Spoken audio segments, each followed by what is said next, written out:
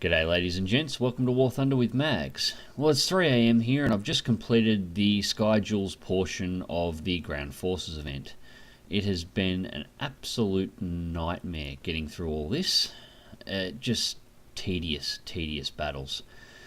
But I've managed to finish it off. This is just going to be a short video because why this is 3 AM Monday morning for me, it's 3 AM Sunday morning for most of the rest of the world. So I'm hoping to get this video posted up with a little under 24 hours left for the event. Now this is just my guide to how I completed the event and why I used and what I used.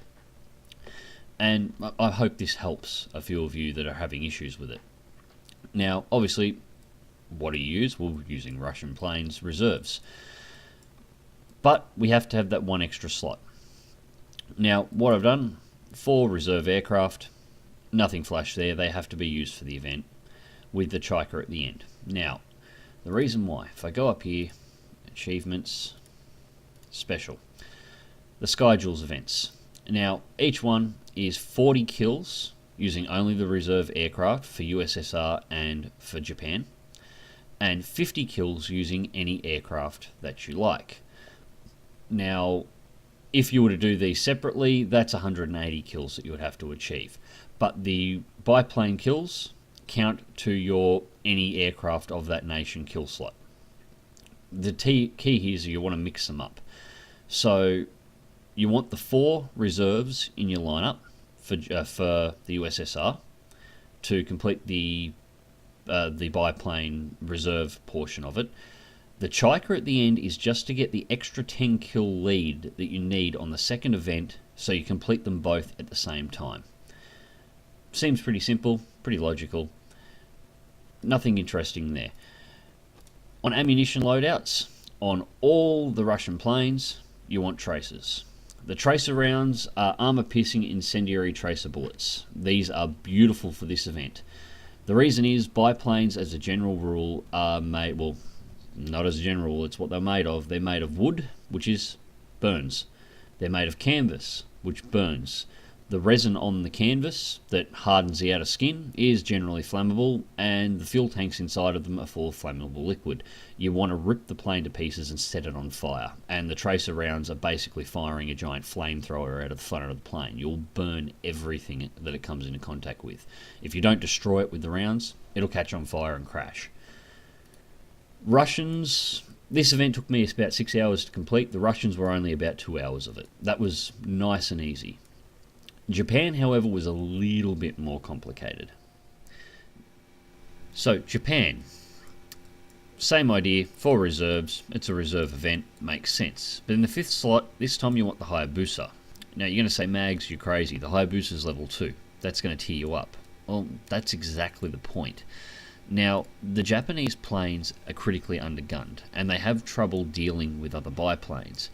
This isn't just because they've only got 2 7.7s, however. The main problem is the belts that they actually have. They've got a critical shortage of incendiary rounds. The best belt you'll come across is the stealth rounds, with an adjustment incendiary bullet and a standard incendiary bullet with an armor piercing in the middle. But with the terrible drop-off rates and the generally low rate of fire, stealth rounds you'll have trouble laying on the target. Universal is the other good one. It has 1 incendiary round in a 4 shell belt, so you get 1 round every 4 shots that your gun fires. It cannot pump enough incendiary rounds into the target to reliably catch it on fire. But the Japanese belts have a lot of armor piercing rounds. Every single one of them is loaded with AP. This makes actually going to a higher tier a much better idea. And I'll tell you why. Biplanes, as I said before, canvas skinned. An armor piercing round will penetrate one side and punch out the other side. Leave a hole, but do no damage to the aircraft at all. It takes a phenomenal amount of rounds to actually take a biplane down without having something specialized for destroying them. However, in more advanced aircraft, they're metal skinned, aluminium. What'll happen is the AP round will punch through the outer skin and then it'll ricochet around the inside of the aircraft, doing more damage. There's more meat to higher tier planes for the AP rounds to chew on, rather than just passing through a biplane as they do. So by tiering yourself up, every shell that your 7.7s are firing, and they're not firing a lot of shells, they're terribly a low rate of fire, but they're generally pretty accurate, and every shell you're hitting is doing damage. They're bouncing around the inside of the plane, it's shredding them out. I did my first 20 kills trying to kill biplanes with the Japanese reserves, and it was terrible. It was just watching rounds go through. They were hitting hits, assists everywhere, but no kills. I was flying with K at the time, and he actually decided to bring out some support and actually tier himself up to take care of the high-level aircraft that were winding up in the reserve matches and just keep them off my back to buy me time to get the event done. Unfortunately, that tended to get us a few too many of the higher-level aircraft, and I had to take them on, and I found they were so much easier to kill. The cockpits were generally simpler to hit. They stuck out more, they were easier to strike at. When the AP rounds were hitting, they were actually doing damage rather than just, getting a hit indicator and awarding me for a hit, but not stopping the aircraft I was hitting at all. I was killing Hurricanes, and half the time it was taking me to kill Chikers. I was killing, Hayabusas and I-16s in the same sort of time frame. It was so much easier. So I put the Hayabusa in the lineup for two reasons. One, deliberately to tier me up. The second is it has different guns. Its guns fire at a much higher velocity and a much higher rate of fire.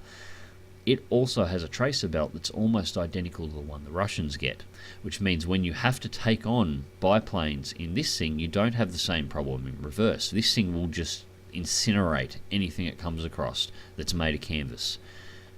The other thing with the Hayabusa is it's actually manoeuvrable enough to be able to keep up with a biplane in a turn. So you're not going to run into the situation that I know a lot of Hurricane pilots were experiencing this weekend, where you get a couple of biplanes on your tail and you just cannot shake them.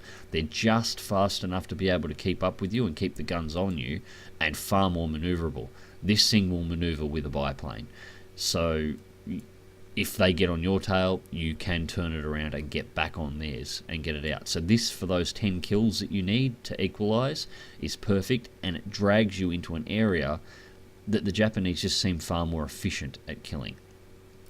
So anyway, this is how I completed the event. Now, I'm not going to show you any of the missions. There were far too many of them. I'm just going to show you a little montage with what I think is some appropriate music. I hope you enjoy.